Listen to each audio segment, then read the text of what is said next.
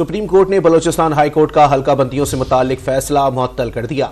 बलोचिस्तान में हल्का बंदियों से मुताल्लिक मुतअद्दिद दरखास्तों पर दलाइल सुनने के बाद हुक्म इम्तना जारी किया गया। सुप्रीम कोर्ट ने बलोचिस्तान हाई कोर्ट का हल्का बंदियों से मुताल्लिक फैसला मुअत्तल कर दिया।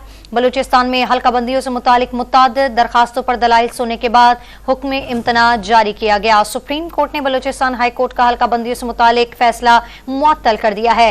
बलूचिस्तान में हल्का बंदियों से मुतालिक मुतअद्दिद दरखास्तों पर समाअत के बाद हुक्म इम्तना जारी किया गया। बात करते हैं डॉन न्यूज़ के नुमाइंदे हसी भट्टी हमारे साथ मौजूद हैं। हसी, बताइएगा मजीद क्या केस में पेशरफ सामने आई है?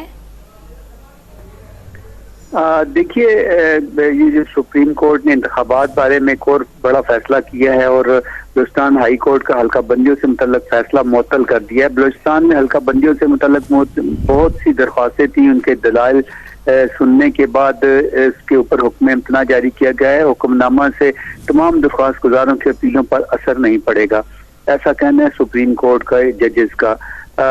आम इंतखाबात के बाद हल्का बंदियों से मुतल्लिक अपीलें दोबारा सुनेंगे।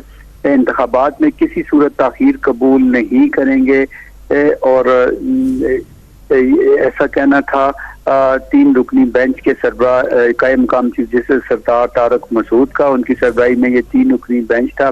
जस्टिस मंसूर अली शाह और जस्टिस अतर मन अल्लाह इस बेंच में शरीक थे। ठीक है, सुप्रीम कोर्ट ने बलूचिस्तान हाई कोर्ट का हल्का बंदियों से मुतालिक फैसला जो है मुअत्तल कर दिया। तफसील बता रहे थे हसी भट्टी, आपका बहुत शुक्रिया।